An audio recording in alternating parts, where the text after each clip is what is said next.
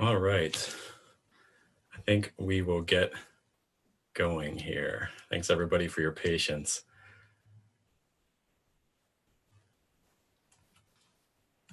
All right. Well, welcome to a conversation with James Hamblin, sponsored by the UAS One Campus, One Book program. My name is Jonas Lamb, Associate Professor of Library and Information Science at the University of Alaska Southeast Egan Library, and I'll be moderating tonight's conversation. One Campus, One Book aims to give members of the UAS community, especially first-year students, some common ground for conversation, a way to begin each year on the same page. I wanted to share that this year's book, If Our Bodies Could Talk by James Hamblin, was selected using a campus-wide process involving students, staff, faculty during spring 2019, long before the world was transferred by the COVID-19 crisis. Reviewers felt the book would provide a great point of clarity for conversations challenging societal definitions of health and normalcy. Others commented on the book's coverage of hidden history and its practical and holistic health guidance, mixed with a healthy dose of humor, some sugar to help the medicine go down. I'm excited to get the conversation started, but I have a few housekeeping items to go through before introducing James Hamblin. This event is being recorded and rebroadcast on social media at UA Southeast on Instagram and Facebook. We might be having some issues with the Instagram feed, so Facebook is probably your place to be. We'll begin the evening with James providing some opening remarks and responding to a few questions that I'll provide, and then we'll move into an audience question and answer and a moderated conversation. And we'll take the last question around 5 minutes till 7. Those Zoom attendees, please mute your mic. All attendees on all platforms are encouraged to submit questions using the chat comment. Those will be collected and we'll share those with James as time allows. During the Q&A, Zoom attendees are encouraged to unmute yourself and ask your question or make your comment. Please be respectful of others by keeping your comments brief.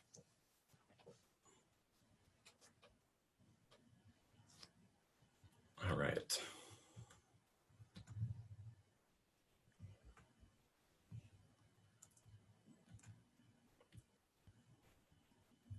Dr. Hamblin is a board-certified preventive medicine physician, staff writer at The Atlantic, and lecturer at Yale School of Public Health. He is the author of If Our Bodies Could Talk and Clean, released in July 2020 and named an editor's pick by New York Times Book Review, and was the subject of profiles in The New Yorker, The Telegraph, Columbia Journalism Review, and others. Vanity Fair named Clean among the best books of 2020. His writing and videos have been featured in the New York Times, Politico, NPR, The Guardian, and Marketplace, among others. He has appeared on CNN, NBC, ABC, MSNBC, BBC, and on The Late Show with Stephen Colbert.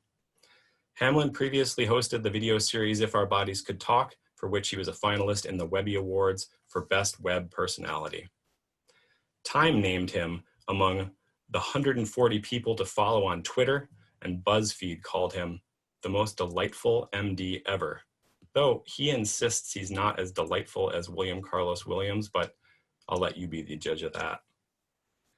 Please welcome James Hamblin. And I will try to get you front and center here, Jim. Oh, wow. I'm honored to be here. Thank you for the introduction, Jonas. Thank you all for coming. I would love to take this in whatever direction you'd like.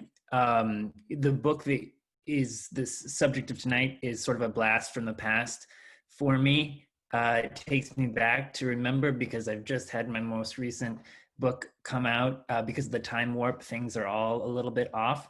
And for the past year, I have been covering and thinking about and writing and reporting on nothing but the virus and the pandemic. So I'm happy to talk about that too, or we could just try to have an escapist evening and talk about physiology and curiosities of human anatomy, about the media landscape. That's what I teach at Yale. Any of that is completely on the table. I'd love to talk about it. I realize we have a diverse group of people here who are coming for diverse reasons and with diverse backgrounds and interests. So please guide me where you'd like. But I did want to give a few opening background notes on who I am, because what you've just heard is a pretty eclectic mix of things. It wouldn't immediately make sense, I think, to most people. I'm not sure it even entirely does to me, but I'm a preventive medicine physician, which is a specialty in medicine. It's just a small one. Most of medicine is focused on prescribing and doing procedures, and I work in public health policy and in teaching, research, writing, trying to keep people from getting sick in the first place. So yeah, that's not really the way our healthcare system is signed up. So people don't even know that that's a specialty, but that is what I do. I came right out of undergraduate. I went to medical school. I thought I wanted to be a radiologist. I really was drawn to the physics of it, to the sort of analytic problem solving and making a diagnosis, looking at a CT scan or X-ray or MRI. And it turned out I really liked the intellectual challenge of that, but the day-to-day of sitting in a dark room all by myself, staring at a screen, describing X-rays was just really difficult for me. I needed the human connection, and I also wanted to feel like I was kind of keeping people out of the hospital and helping to prevent these things that I was seeing on the screen. And so I left a residency in that, and I started doing journalism. That was 8 years ago. It was a very difficult decision. I've had a lot of opportunities since then that I've been very grateful for. I've gotten to be published in a lot of places. And I've gotten to continue to learn and continue to challenge myself. And, it's a very interesting time to be a journalist. And it feels meaningful to be a part of a group of people who are trying to put facts into the world right now and tell important stories and help keep people informed. But it also is often very disheartening. And, there are a lot of challenges. So I'm constantly trying to think through how do you reach people? What are effective ways to tell stories, to meet people where they are, to be pushing forward scientifically and intellectually without, alienating people who don't have the same background in science. So there are a lot of challenges right now, and especially working in a magazine like The Atlantic, where we used to have a subscribership where we knew exactly who was reading our magazine. We knew who our subscribers were. It was going to be dropped on their doorstep or in their mailbox every month. And now you write something and it goes out to the internet and it can be read by anyone, and things are taken out of context. People read them who might find them to be too scary or don't have the background, and it seems alarmist if you haven't been keeping up. Other people will find it, it'll make its way to a group of scientists and people who think that it's too simplistic. So it's really, really hard right now. And I think a lot of doctors, scientists, academics, people who are smart and informed are kind of intimidated to put themselves out there on the internet. But I think that's exactly what we need right now, is reasoned, informed people, helping keep the discourse steady and helping, speak to the vast majority of Americans who are in fact not as divided or ill-informed or misguided as much media coverage would lead us to believe. So with that, I will stop my intro and get to maybe a couple questions, I think from Jonas, and then later from you all. And if I'm going off on a tangent or you want me to stop and back up, please do, because I tend to do that. And if you'd like to turn on your screen, it helps me actually to see faces, so I know that I'm not boring you too badly, or how things are reacting. No pressure though, obviously, of course. I thought tangents were your thing. Yeah, I know, but tends to sometimes drive people to madness.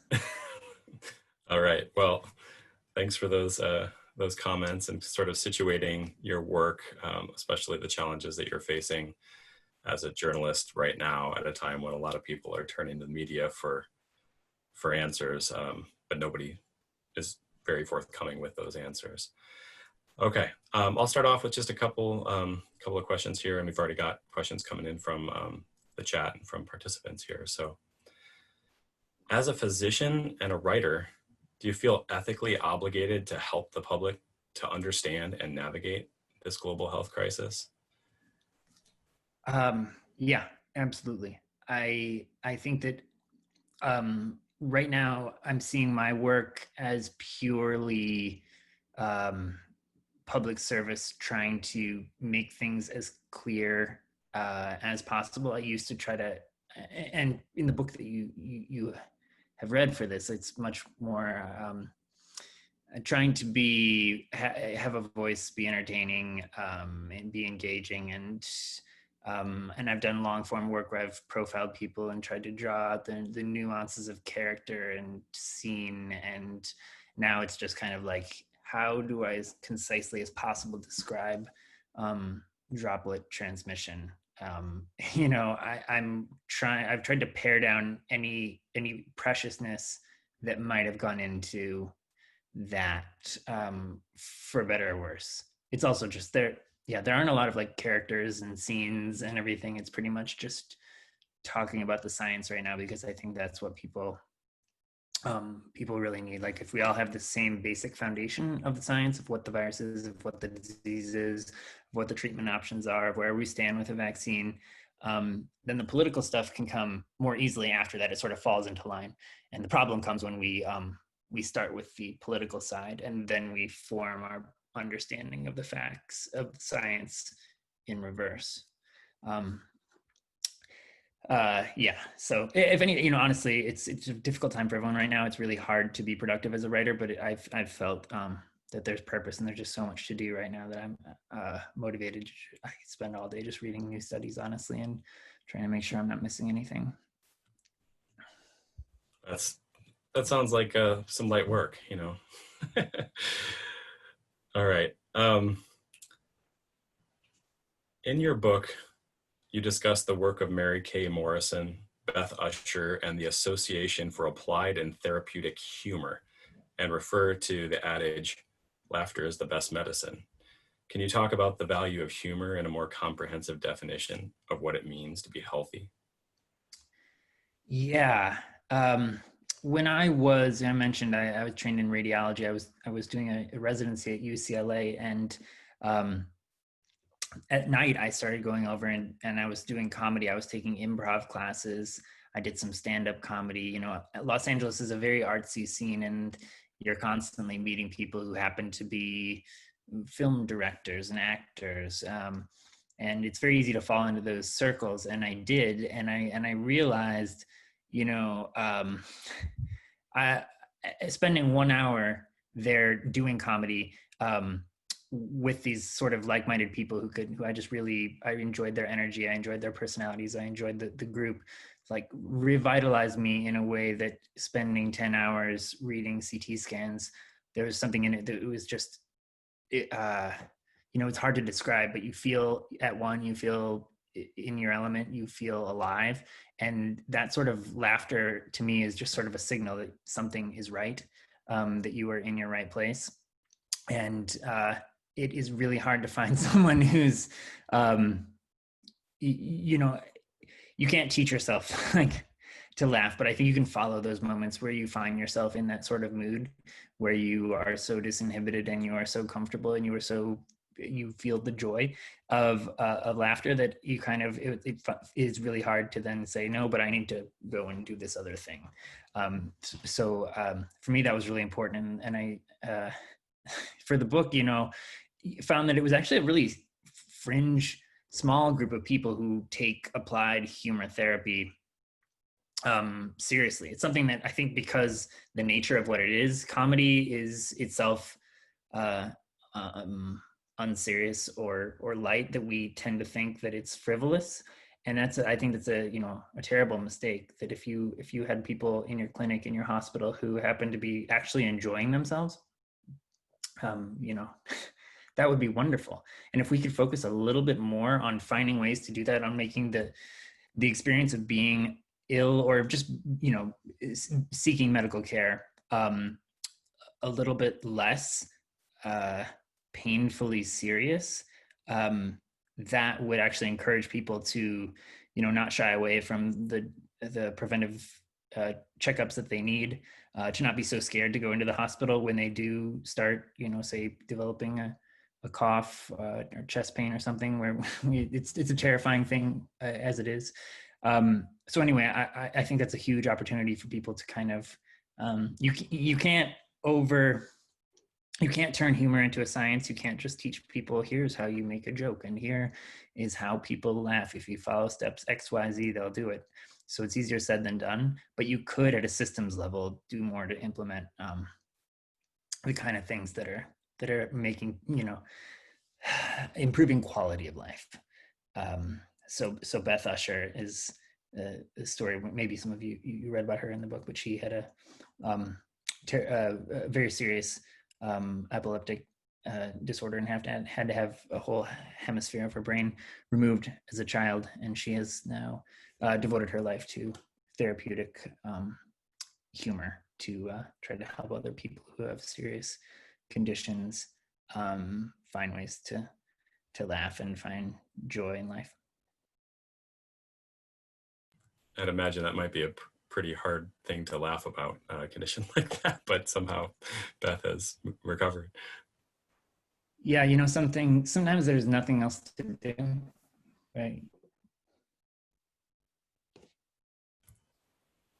Okay. Let's see.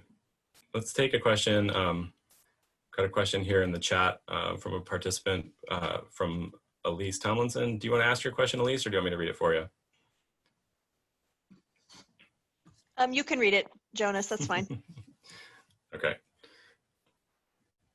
How do you personally fight medical misinformation and conspiracy theories, particularly relating to COVID-19?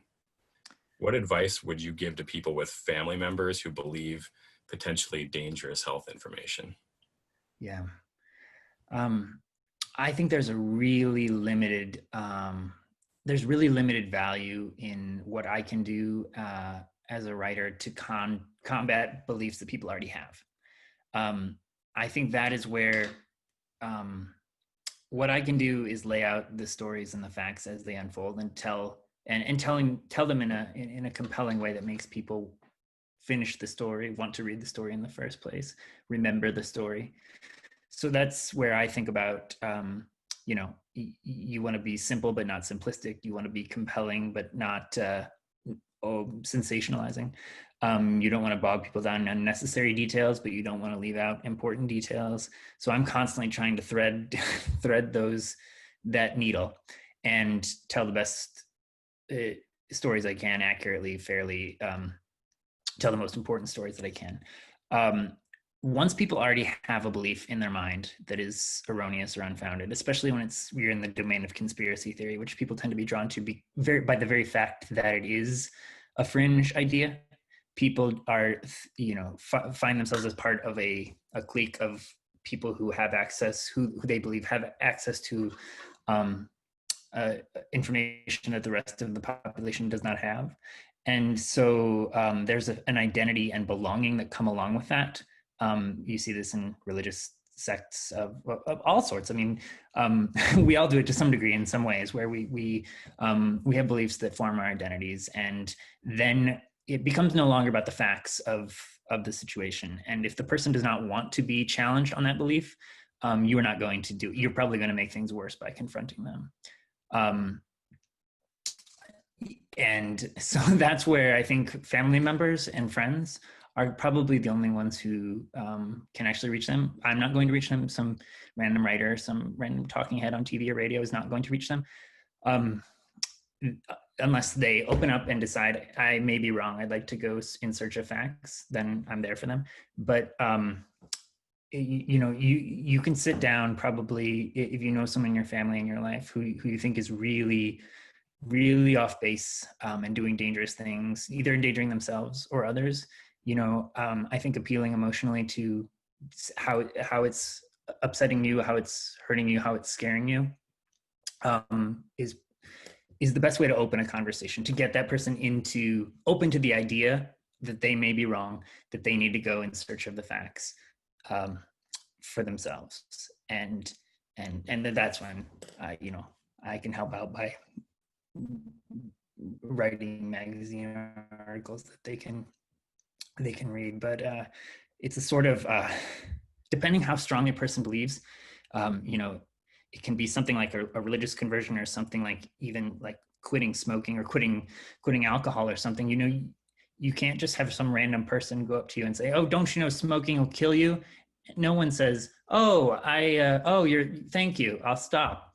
But if a loved one comes up to you and says, I'm really concerned, we don't want to lose you, that's when a person might actually say, okay, I'm going to take this on. What are the resources here for me to quit? And and hopefully I'm helping to create some of those resources people could be directed to. At least the way I think about it. Thank you. That's great. All right, I've got a question in the chat here from Paulette. Do you want me to ask this for you, Paulette? I didn't hear back. You're welcome to unmute yourself and ask. I can do it. It hid the screen accidentally. Go for it. So when you are looking at the holistic body in your healthcare venue, how much weight would you place on things like nutrition, exercise, rest, anything else? I put it almost all there.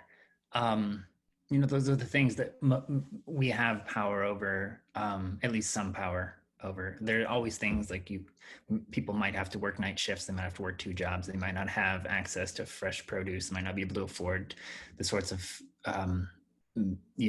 memberships in gyms or exercise or sports clubs or the equipment that they like. But it's at least some things people can do.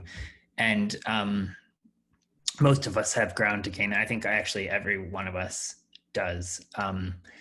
And I think there's so many common conditions where our medical system tends to think, we'll start with prescribing a blood pressure medication. We'll start with prescribing an antidepressant. We'll start with prescribing a skin steroid.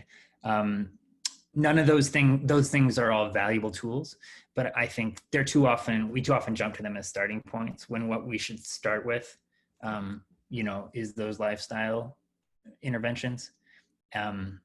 There's a saying in emergency medicine when someone comes in with hypothermia, and y'all in Alaska are probably more acquainted with this even than I am, but that if a person comes in there, people can come in and their heart is stopped and they seem to be dead and they can be declared dead. But the saying in emergency medicine or paramedics is a person is not dead until they're warm and dead. They have to actually warm up the body temperature, and then if they still have not revived, then they can be declared dead. And I think we tend to that there are so many medical issues where we should say we really can't diagnose you with any of these things until you are sleeping reasonably well, eating reasonably well, having an active lifestyle, you're not under extreme stress from your work or from social situations. And we need to focus on those things with all of the intensity that we would direct any medical intervention. And once we get those things right, then we think, okay, well, maybe we need to, we need to treat something with a medication. It's a vast oversimplification, honestly, but yeah, our system absolutely undervalues so much of that, I think. Thank you very much. Yeah. All right, I've got a real simple question for you here that Karen Carey wanted me to ask for her. Will life ever get back to normal? I don't think so. I think where there's going to be a new way of being, that things will be so different because of the memory of this. That there will always be people who want to wear masks, even, you know, you just feel more comfortable doing so, will not feel comfortable shaking hands, not feel comfortable in large enclosed spaces, gatherings, even after sort of the public health guidelines have said that this is no longer a risk. And the memory of it, will affect us all. I hope that we think that it changes the way we think about infectious diseases. We have known for so long this pandemic can happen. We did not really prepare. We didn't have the PPE. We didn't have the emergency response systems to get testing up and running. And to, you know, we should have real-time testing with real-time tracking and analytics so we can target outbreaks, catch them, open everything else up, and be real targeted about identifying hotspots right away. We could be doing that right now, but we're too far behind the ball. There were also vaccine universal vaccine platforms that people had proposed and been working on, even for coronaviruses, and that we could say, well, we've got this vaccine, which is like, we've got the frame of a car. We don't know what kind of wheel we need to put on it because we don't know what exact virus will be here, but we can build the frame of the car, and then we'll just, when the virus comes, we'll just need to put the wheel on. And where we are right now is kind of just trying to build a car from scratch. And we've built cars before, so it's not like we're nothing, but we could have been much, much further ahead. And so hopefully people will, invest in and take that sort of technology seriously, and that changes the world in such a way that we're sort of running pandemic drills like other countries have, and we are ready for this next time. And sorry, I could go on and on about that, but also we'll just wash our hands better, probably, hopefully for a long time. It's going to be a new normal. After any serious disease, when people go into the hospital, you might get back to your normal life. It might look normal from the outside, but if you've gone through a serious injury or illness, your life is never exactly the same as it was before. Even if you're not, even if you're not limping, or even if you're able to go back functionally to what you were, it changes you. And I think so. This will change us in a similar way. So this is Karen. Can I ask a follow-up? Jonas, you're the boss. My boss is the boss. Go for it, Karen. She's the boss. So it's fine for people. I mean, I can wear a mask the rest of my life, but I'm very worried about the young people today, like you and our students and our faculty. I stay home anyway because you reach a certain point in your life that it's fine to stay home. But how do young people like meet other people and date and all those kinds of things that are important when you're in your young life? Right. That's what I'm worried about.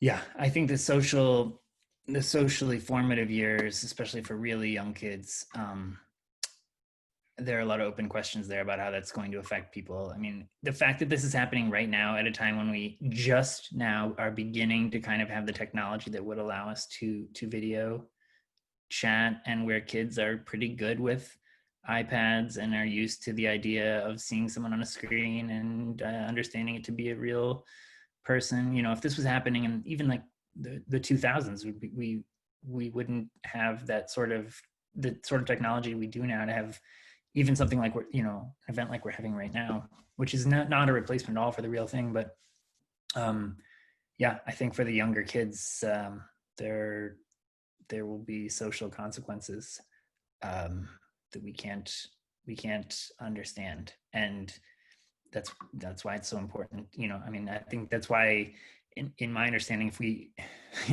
I would shut everything down except schools would be the first thing to open, especially for younger kids. Nail salons, bars, everything else is kind of much later on. Once we've got the schools open, we've got the kids starting to be able to socialize and learn.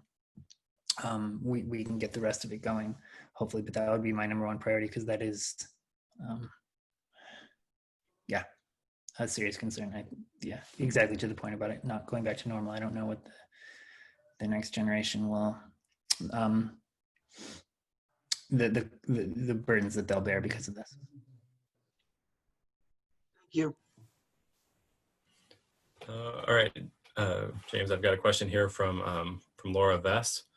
Could you speak to the racial disparities in health and preventative measures? Wow, that's a great question. And we are all over the place tonight.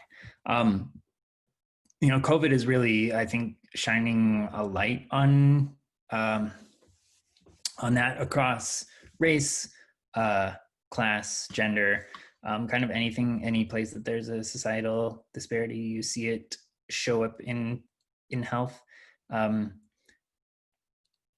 You know, to my eye, that's only become sort of common understanding or knowledge within like the last 10 years. And now it's really widely known. I don't think enough is being done about it, but at least I feel like there's been a lot of progress towards trying to, you know, highlight those issues. But they're so tied to the food system, they're tied to housing, they're tied to schools, you know, to environmental policy, such that I think even with progressive healthcare policy, something, you know, Medicare for all or something that's not, that might fix objectively disparities to who has access to or who's experiencing medical bankruptcy, et cetera, but it would not fix the sorts of disparities in the risk factors for the chronic diseases that we see. So it's one of those things where I think our health is just kind of a, you know, it's a bodily manifestation of the societies that we've chosen to build. And the answers are extremely, well, I think they're pretty well known what needs to be done, but it's not easy. I hope I spoke to that in the way that you were curious about, because that was a huge topic.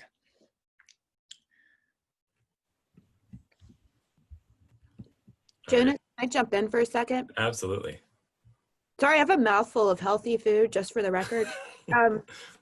This is Laura Vess. I'm the one who asked that question. And I'm a sociologist, so that should tell you in part where that question came from. And I teach a medical sociology class every couple of years. And that was a great answer. That's what I would have hoped to hear. And I think you're right that it's pretty widely known that just people aren't doing anything or doing as much about it. So thank you for answering my question. I would like to take your class. I would like you to guest present. Anytime. Talk to me, Laura. Are you teaching it this term? No, I'm Okay. not. Yeah, too bad. All right. Let's see. We've got a question here that came from over from social media. I'd be interested in your comments on how we as patients can be more self-directed or self-advocates in our own healthcare environments. That's interesting. That's sort of a blind spot for me, because I tend to, I look more at the systems and how they can help people out. You know, in an ideal world, I think anytime people have a serious condition, they should be looking for a second or third opinion, because I know how often physicians have blind spots. Physicians have cognitive modes that we get into about exactly what should be done. But there are, in fact, many different ways of thinking about things. Especially if you have, you know, people are facing sort of need for surgery or a cancer diagnosis or something. I think going with multiple different people, even if they offer you the same medical therapies, the same prognosis, having someone you can communicate with really well is extremely important. There are a lot of doctors. There's this huge spectrum of the way doctors treat patients and interact with patients and understand the philosophy of either patient-guided care, where A doctor is there to enable you to make the decisions that you believe are right, and other doctors believe that it's their job to sort of shepherd you in the direction that they know to be right. Paternalistic versus sort of shared decision making, and different people want different things. Some people want a doctor to really kind of take them by the hand and say, here's what needs to be done, here's what we're going to do, you're going to be okay. And some people want to have a doctor who just lays out all of the statistics and facts and possible outcomes and lets the patient make up their mind. And both approaches have their merits. And I think like actually matching your cognitive and decision-making style with a physician is one of, if not the most important things that you can do. And if you are not in a position, if you're feeling that you are being pushed in a direction you don't like, and you're not having enough of a voice in the decision, then get out of that situation if you can. And if by the same token, if you feel that a doctor is putting too much on you and just kind of throwing statistics at you and asking you to make up your mind, find someone who will help be a better partner in that. Again, these are huge questions. They're wonderful. That's probably maybe the most salient thing that comes to mind in terms of patient self-advocacy, is just not to settle for the fact that maybe think of it sort of like a relationship, like there's a sunk cost fallacy that you've been in this for a while, but ultimately it's most important that you are in a good position. And if you need to dump your doctor or go at least get a second opinion or a third opinion, it can be very much worth it. And I think it's something that people think their doctor is going to be insulted, or that this is something you only do when you have a real grievance with your doctor. But in fact, I think it should be much more common. That's awesome. Thank you for that. I get to fill in a little bit. Jonas had to step away from the camera for a half second, but wanted to ask a question that came in from Lynn Johnson. Could you share your thoughts on the potential risks of fast tracking a COVID-19 vaccine? Yeah. Is that your library? It's a picture of it. I'm obviously not. Oh, okay. Well, I mean, but yes, it's where the building where Jonas and Jennifer and Elise, a lot of our staff work. So it's a beautiful. That's beautiful. Yeah. Oh man, I wish I'd gotten to be there. Yeah, this and we're already talking about.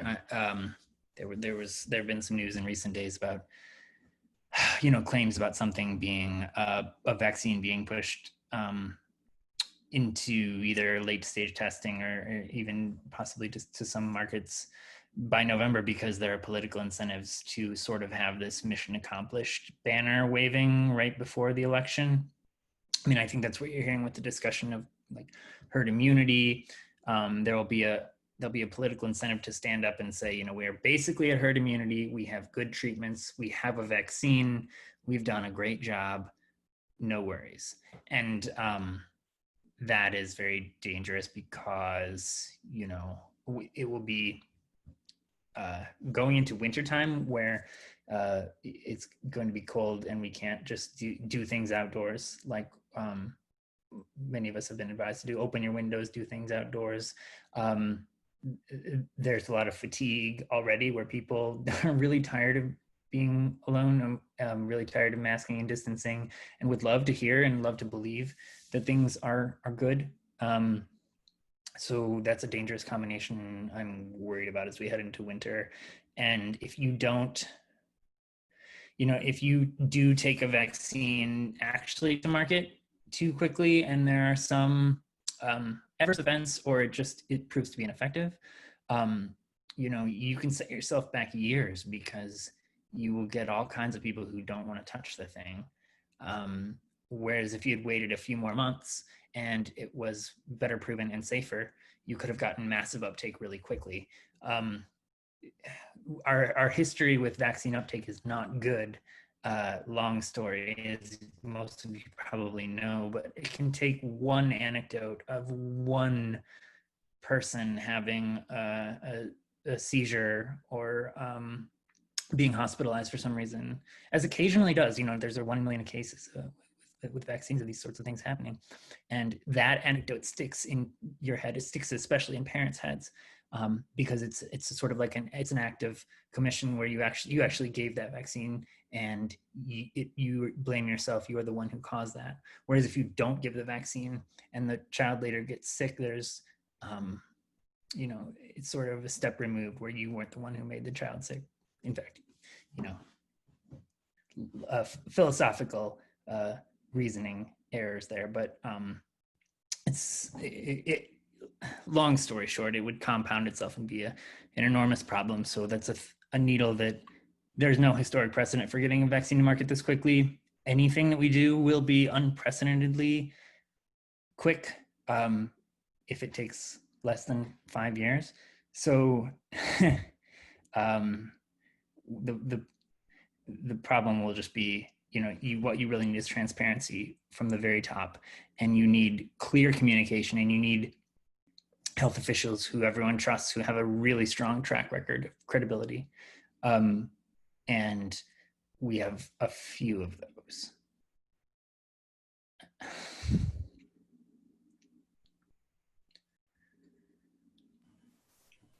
Annika, did you want to ask your question?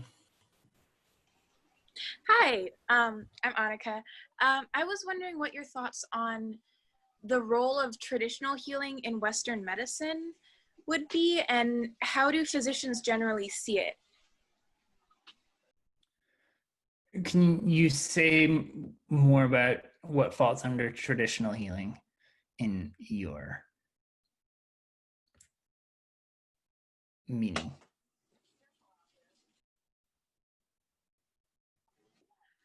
Yeah, so there's everything from, herbal teas to, I'm not very familiar with our Alaska Native culture, but, every culture has their own cultural, spiritual, medicinal values. Mm-hmm.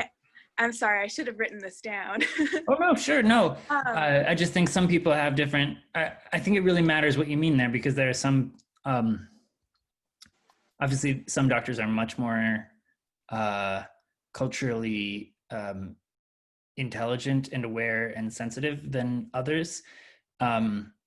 And there are also belief systems that are more or less conflicting with medicine than others. When you talk about things like herbal tea or, meditation or acupuncture, things that most doctors that I know are kind of just like, sure, go for it. Although we don't get training in that sort of thing. The tension comes when things seem to be in conflict. Say religious beliefs that preclude vaccination, or that sort of would not just put. It's not just about personal choice. It's about, say, that the decision not to vaccinate would put, say, a whole classroom of kids at risk, and that's where doctors, I think, tend to become combative and defensive and try to force scientific beliefs onto people. So yeah, there's a lot there that I think hopefully people are aware of their own, the communities in which they are practicing. And, I trained in Indiana. We have a large Amish community. We became versed in understanding what people valued and what might be considered a big deal to them, and what wouldn't to others. But to my mind, as long as something is not, if it's not leading you to forgo a clear evidence-based therapy, if it's not leading you to put other people at harm, in harm's way, and if it's not itself dangerous, then I say go for it. That's something I think in the book I try to deal with quite a lot, is this idea of things like nutritional supplements, alternative practices that people tend to put a lot of belief and stock in, even if there's no evidence for them.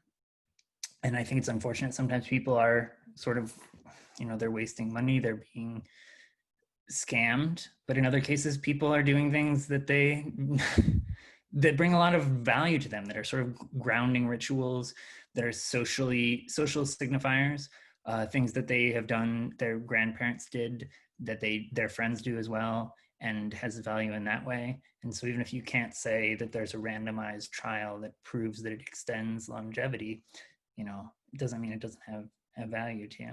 It's a great question. And then if I can jump in with just a quick follow-up. Yeah.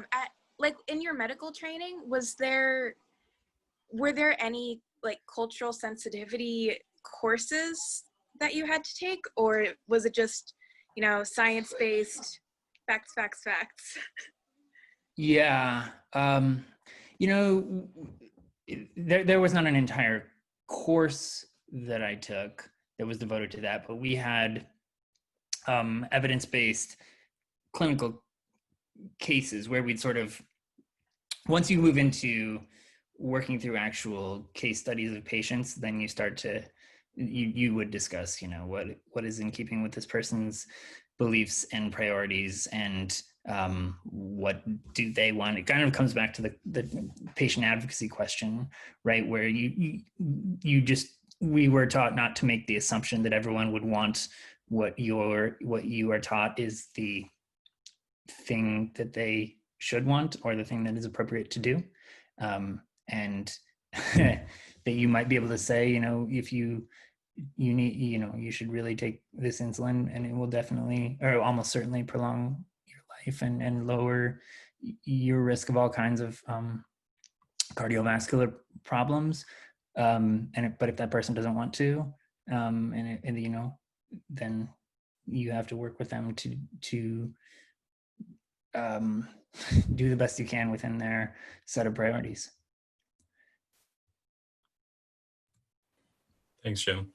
I've got a question that came in from our social media channel here. I'm thinking of the reason you gave for leaving medicine and how difficult it is for many providers to tend to their own health, which would seem to affect patient outcomes as well. How do you think we can change the system so providers are using preventative medicine themselves? Yeah, you don't want to be treated by a doctor or any practitioner who's burned out and not well slept and stressed and not fully passionate about their work. It's difficult. It's at the same time, having left medicine now, I see people with very good job security who make a lot of money, who are basically going to continue to have jobs unless they commit malpractice. In a lot of ways, I think doctors feel burned out or feel entitled because practicing medicine is not as nice of a career as it was 20 or 30 years ago, but it's still, relative to most careers, very good. A lot of doctors feel they don't have the same autonomy that they used to have, work longer hours, have to see, have to deal with more bureaucracy, more paperwork, do more charting, and there are all kinds of legitimate complaints and ways that could surely be improved. But I also feel like it's a privilege to be a doctor, and to go into to have a steady job and a good income. And if you aren't, I looked at it like something more like military service. And if you weren't wanting to live this sort of 24/7 life, then, I think there are lots of ways to help people and to be a part of medical science without going into that.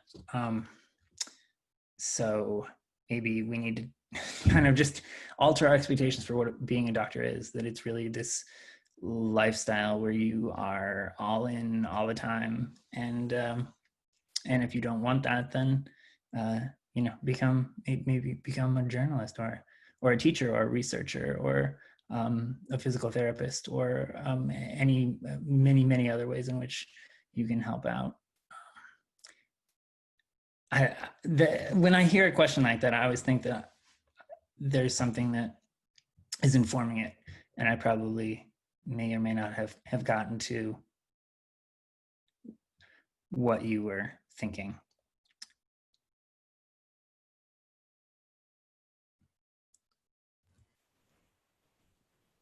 But it's okay if you don't want to elaborate.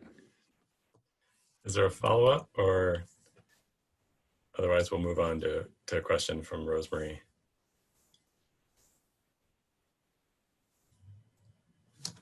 Okay, I teach communications, and we have been talking about self-concept and self-esteem. And so if our bodies could talk, what would they say would be the relationship to self-concept and self-esteem? What is the relationship of our bodies to those particular things? Oh, I don't know. I would like you to tell me. Do you have a sense of, well, I mean, your physical health and your self-esteem and your self-concept are all rolled into one entity, right? Yeah, I would think so. So how does self-concept and self-esteem, what kind of relationship is there between healthcare and self-concept and self-esteem, for example? Yeah. I think we're outside of, I don't know. I'm sorry. I wish I could. I wish I could tell you. All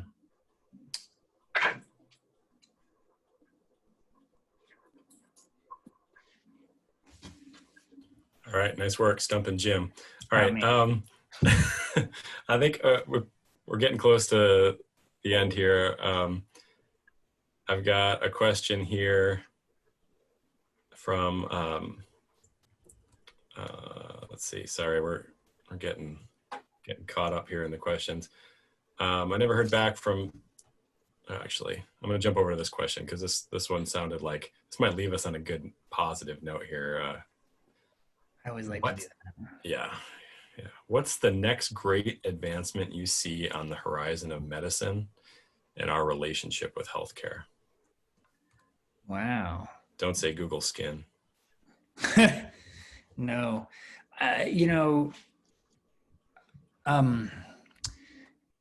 It's probably telehealth, honestly, because we've been so behind in that. There have been a lot of bureaucratic and political barriers to letting people practice or just check in with a doctor for 5 minutes. You have to take an afternoon off work to go sit in an office and fill out forms you filled out a million times, and getting things to be more digital and freeing up doctors to be able to practice digitally and having patients feel comfortable that was indeed a professional and adequate exam. There's in fact so much that you can do remotely that it's not a new concept, but what is new is the sort of cultural uptake and validity of it. I think a lot of times people saw it as a sort of half measure if they were like, I didn't really go to the doctor, but I did check in with this doctor online.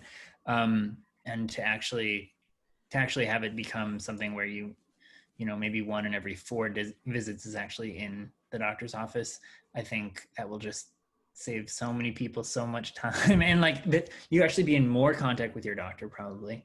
So you end up being, better off because your doctor didn't wait to see you until you could make your way in. That's maybe that's just the one that's on the front of my mind, but I think that will completely revolutionize medicine and hopefully make it affordable and accessible for more people too, and maybe even decrease burnout, to come to the last question. Honestly, if the more that doctors can just very quickly have an encounter with, check a few boxes, do a little bit of documenting, just answer the one question that a person came in with, as opposed to having to have this entire ritual and routine where you have to listen to the heart and lungs and go through all the medications a person is taking and ask all these other questions just for one simple medication refill or something. That could be great. That could really really add a lot to the system.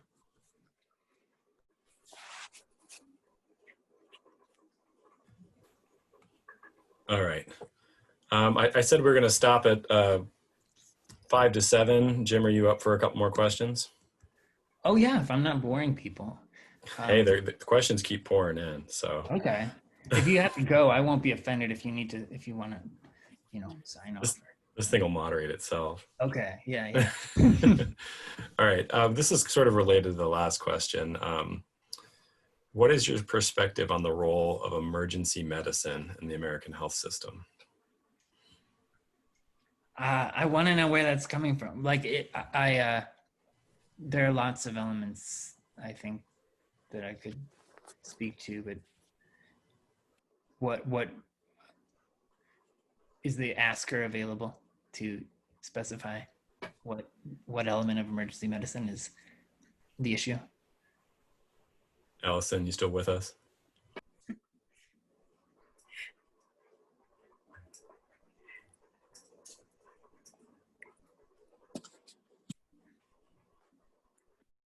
Can you find your mute button? Well, Hi.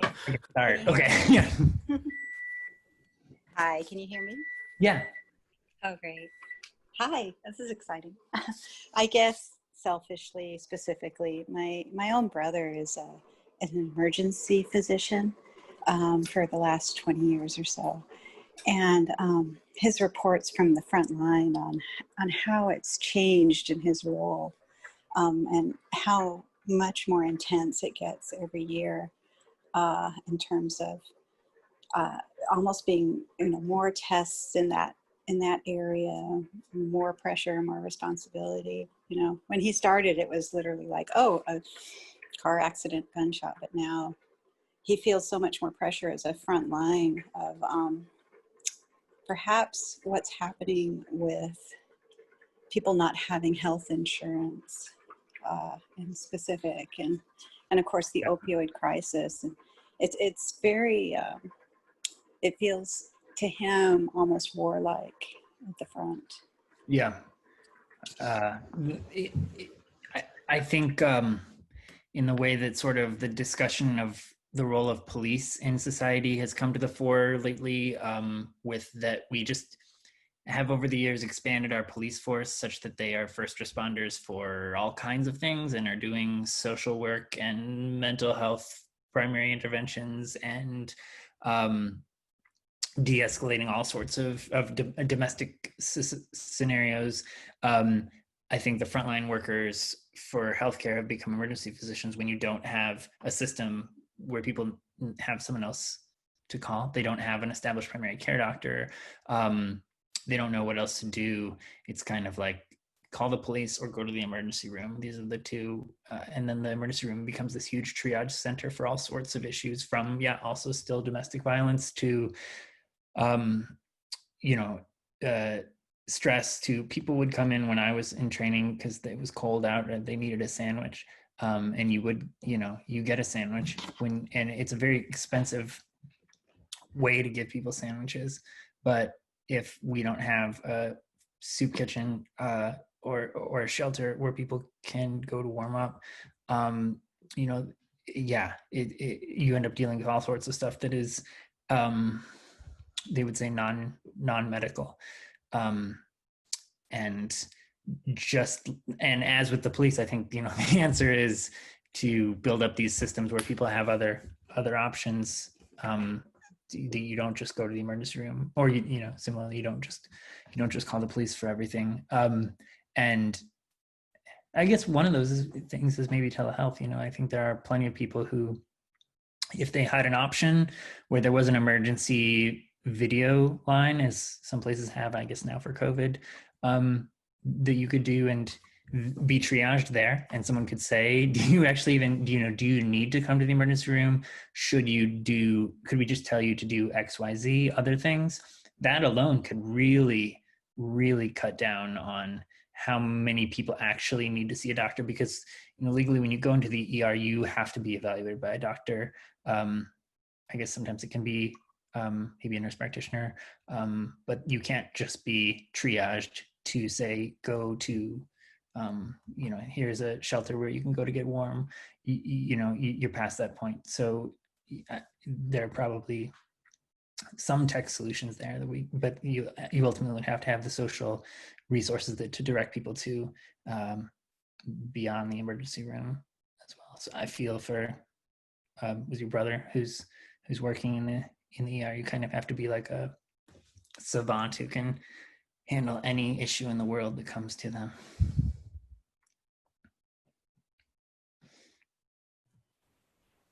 All right.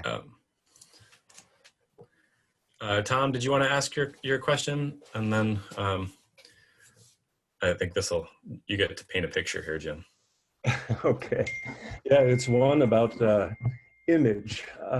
I'm just reflecting, I'm in my 50s, and when I was growing up, it was kind of fashionable to imagine the body as a machine, right? It was kind of a metaphor. And I find, you could fix it, you give it oil, everything could be replaced, that sort of thing. And now I find myself thinking about it more as a kind of a landscape or a habitat or a host for just like billions of microbes. And I mean, I know the way the images, the models we have of the body can really affect the way we take care of our health. And so how important is that? Is a lot of the problem that we have the wrong image of what the body really is that's guiding us? That's a great question. That's really central to my newer book, Clean, which is about the skin microbes, the trillions of microbes that live all over us.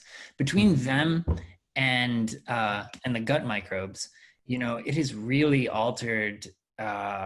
It should alter everyone's understanding of what we are and how much we can do to influence our health, and what we're really even trying to do. What are we trying to do when we clean ourselves if we are in fact covered with microbes all the time? All that we're actually trying to do is to prevent sort of a pathologic overinfestation or an invasive species taking over. But we're not actually trying to get rid of all these microbes any more than we want to kill all the microbes in our gut. So the idea that we're using probiotics, the idea that we're trying to cut back on unnecessary antibiotic use, is sort of, to me, a step in the right direction toward embracing the complexity of who we are. Because we've had this series of discoveries where we thought we can sequence the human genome, right? We're gonna find a gene that explains every disease, and we'll be able to knock that gene out, and it will be cured.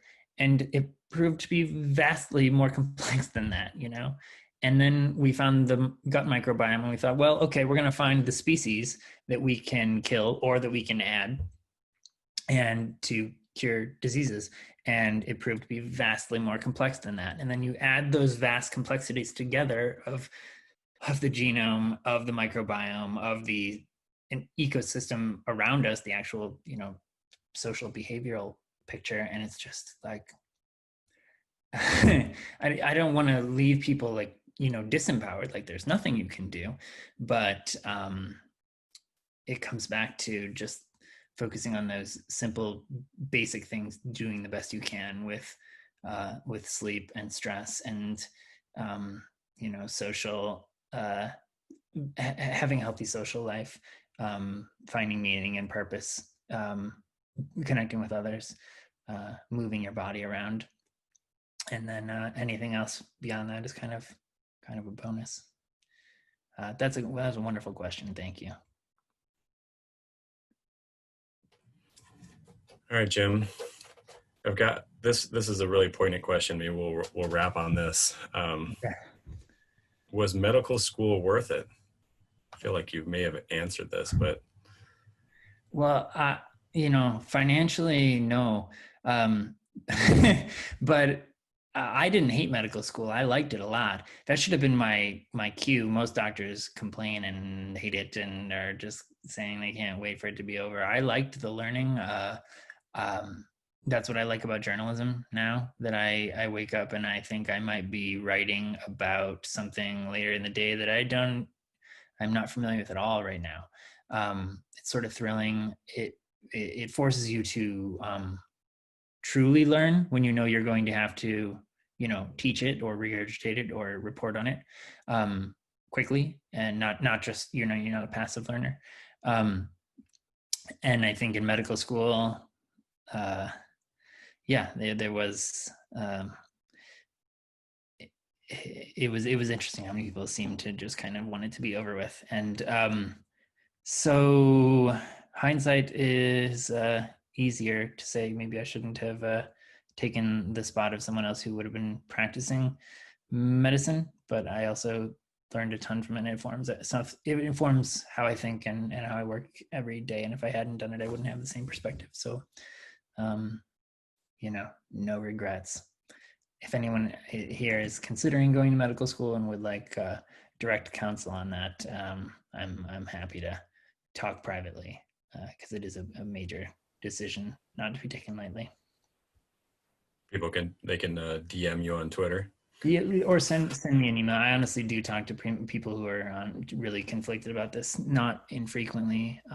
My main advice is mainly like that if you don't know exactly what kind of doctor you want to be and why, as like what specific thing, don't go just because you like this vague idea of being a doctor of some sort. Go because you want to be a neurosurgeon, because you really care about brain tumors and they're your passion, and this is what you want to do. For example. Right. We had a participant that wanted to sign off, but she was hoping you could post more pictures of Moses on Twitter. She wants to know what kind of mischief he's been up to.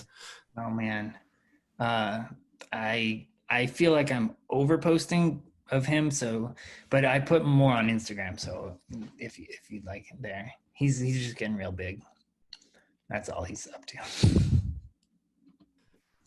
Well, it's been amazing having you in conversation this evening, James. I really appreciate your willingness to work with us. For those that are unaware, we were hoping to bring James last year, and we didn't even have a pandemic to endure, but we had a financial pandemic of sorts at the university.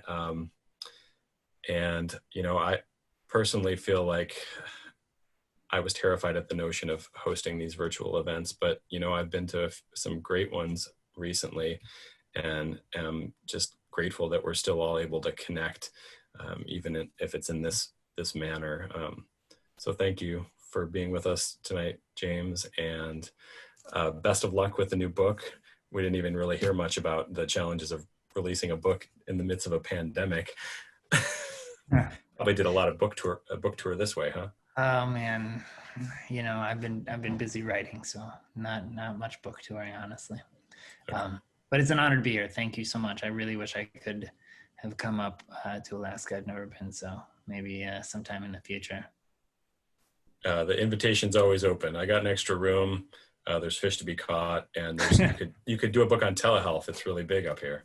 That's what I should do. All right. Thanks everybody for joining us tonight, and participants that are university affiliated, I'll be following up with you tomorrow and make sure that everybody knows that I've got a copy of If Our Bodies Could Talk for you. Okay. All right. Good night.